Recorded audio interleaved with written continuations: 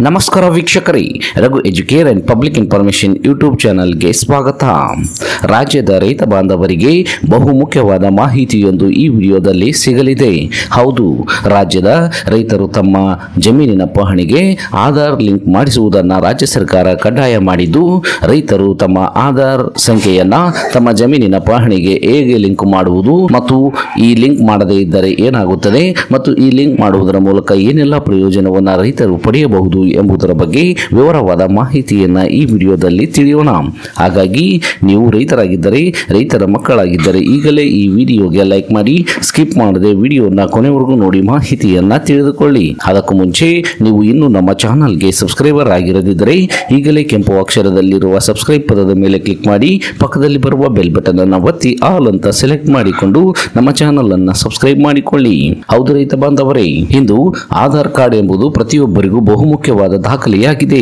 ಹೌದು, ಸರ್ಕಾರದ ಯಾವುದೇ ಸೌಲಭ್ಯ ನಮಗೆ ಸರಿಯಾದ ಸಮಯಕ್ಕೆ ಸಿಗಬೇಕಾದರೆ ನಮ್ಮ ಆಧಾರ್ ಮಾಹಿತಿಗಳು ಸರಿ ಇರಬೇಕು. ಇತ್ತೀಚೆಗೆ ಆಧಾರ್ ಕಾರ್ಡ್ಗೆ PAN card, mobile number, bank passbook ಮತ್ತು ರೇಷನ್ ಕಾರ್ಡ್ ಇತ್ಯಾದಿಗಳಿಗೆ ಆಧಾರ್ ಲಿಂಕ್ ಮಾಡುವುದು ಸಹ ಕಡ್ಡಾಯ ಮಾಡಲಾಗಿದೆ.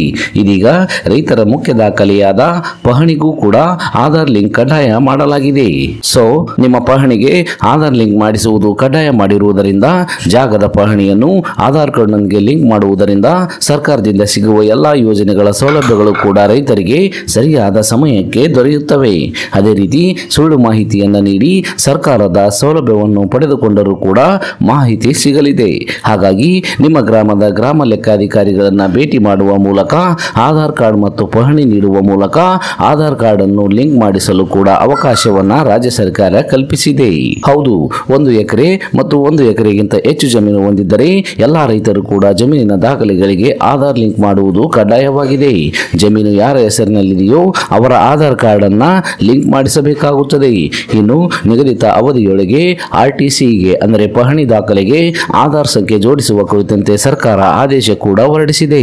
ಒಂದು ವೇಳೆ ನೀವು ಈ ಕೆಲಸವನ್ನ ಮಾಡದಿದ್ದರೆ ಹಲವಾರು ಸರ್ಕಾರಿ ಸೌಲಭ್ಯಗಳು, ಯೋಜನೆಗಳು ಮತ್ತು ಸರ್ಕಾರದ ನೆರವು ಇನ್ನಿತರ ಸಹಾಯಧನಗಳು ನೇರವಾಗಿ ಸಿಗುವುದರ ಮೇಲೆ ಕಡಿವಾಣ ಹಾಕುವ ಸಾಧ್ಯತೆ ಇದೆ ಎಂದು ಮೂಲಗಳಿಂದ ತಿಳಿದು ಬಂದಿದೆ. ಹಾಗಾಗಿ ನೀವು ರೈತರು ನಿಮ್ಮ ಜಮೀನಿನ ಪಹಣಿಗೆ ಕಡ್ಡಾಯವಾಗಿ ಆಧಾರ್ ಸಂಖ್ಯೆಯನ್ನ ಲಿಂಕ್ ಮಾಡಿಸಿ. ನಿಮಗೆ ಮೊಬೈಲ್ ಬಳಕೆಯಲ್ಲಿ ಪರಿಣಿತಿಯನ್ನ ನೀವು ಹೊಂದಿದ್ದರೆ ನೀವು ಸ್ವತಃ ನಿಮ್ಮ ಮೊಬೈಲ್ ನಲ್ಲಿಯೇ ನಿಮ್ಮ ಪಹಣಿಗೆ ಆಧಾರ್ ಕಾರ್ಡ್ ಅನ್ನ ಲಿಂಕ್ ಮಾಡಬಹುದಾಗಿದೆ. ಅದಕ್ಕಾಗಿ ನೀವು landrecords.karnataka.gov.in ಈ ಲಿಂಕ್ ನ ಮೇಲೆ ಕ್ಲಿಕ್ ಮಾಡಬೇಕು. ನಿಮ್ಮ ಮೊಬೈಲ್ ಸಂಖ್ಯೆಯನ್ನು ನಮೂದಿಸಿ, ನಂತರದಲ್ಲಿ ಕ್ಯಾಪ್ಚಾ ಕೋಡ್ ಅನ್ನು ನಮೂದಿಸಿ ಅದನ್ನು ಟೈಪ್ ಮಾಡಿ, ತದನಂತರ ಸೆಂಡ್ OTP ಮೇಲೆ ಕ್ಲಿಕ್ ಮಾಡಿ OTP ಅನ್ನು ಹಾಕಿ, ನಂತರ ನಿಮ್ಮ ಹೆಸರು, ವಿಳಾಸವನ್ನು ಹಾಕಿ, ತದನಂತರದಲ್ಲಿ ಆಧಾರ್ಗಾಗಿ ನನ್ನ ಒಪ್ಪಿಗೆಯನ್ನು ನೀಡುತ್ತೇನೆ ಎಂಬ ಆಪ್ಷನ್ ಮೇಲೆ ಕ್ಲಿಕ್ ಮಾಡಿ ವೆರಿಫೈ ಮಾಡಿ. ಹೀಗೆ ಮಾಡಿದರೆ ನಿಮ್ಮ ಪಹಣಿಗೆ ಆಧಾರ್ ಲಿಂಕ್ ಆಗಿದೆ ಎಂದರ್ಥ. ಈ ರೀತಿಯಾಗಿ ನೀವೇ ಸ್ವತಃ ನಿಮ್ಮ ಮೊಬೈಲ್ ನಲ್ಲಿಯೇ ನಿಮ್ಮ ಪಹಣಿಗೆ ಆಧಾರ್ ಸಂಖ್ಯೆಯನ್ನ ಲಿಂಕ್ ಮಾಡಬಹುದಾಗಿದೆ. ರಾಜ್ಯ ಸರ್ಕಾರವು ಜಮೀನಿಗೆ ಆಧಾರ್ ಸಂಖ್ಯೆಯನ್ನು ಲಿಂಕ್ ಮಾಡುವುದನ್ನು ಕಡ್ಡಾಯ ಮಾಡಿರುವುದರಿಂದ ನಿಗದಿತ ಅವಧಿಯೊಳಗಾಗಿ ನಿಮ್ಮ ಗ್ರಾಮ ಲೆಕ್ಕಾಧಿಕಾರಿಯನ್ನ ಭೇಟಿಯಾಗಿ ನಿಮ್ಮ ಪಹಣಿ ಮತ್ತು ಆಧಾರ್ ಕಾರ್ಡ್ ಅನ್ನು ನೀಡಿ ನೀವು ಅವರ ಮೂಲಕವೂ ಸಹ ನಿಮ್ಮ ಜಮೀನಿನ ಪಹಣಿಗೆ ಆಧಾರ್ ಸಂಖ್ಯೆಯನ್ನ ಲಿಂಕ್ ಮಾಡಿಸಬಹುದಾಗಿದೆ. ಇದಿಷ್ಟು ಇವತ್ತಿನ ಪ್ರಮುಖ ಮಾಹಿತಿಯಾಗಿದ್ದು, ಆದಷ್ಟು ಈ ಮಾಹಿತಿಯನ್ನ ಎಲ್ಲಾ ರೈತ ಬಾಂಧವರಿಗೂ ತಲುಪುವವರೆಗೂ ತಪ್ಪದೆ ಶೇರ್ ಮಾಡಿ. ಈ ವಿಡಿಯೋವನ್ನು ಕೊನೆವರೆಗೂ ನೋಡಿದ್ದಕ್ಕೆ ಧನ್ಯವಾದಗಳು. Thanks for watching this video. Please subscribe for more videos. If you like this video, click the like buttons and give your comments.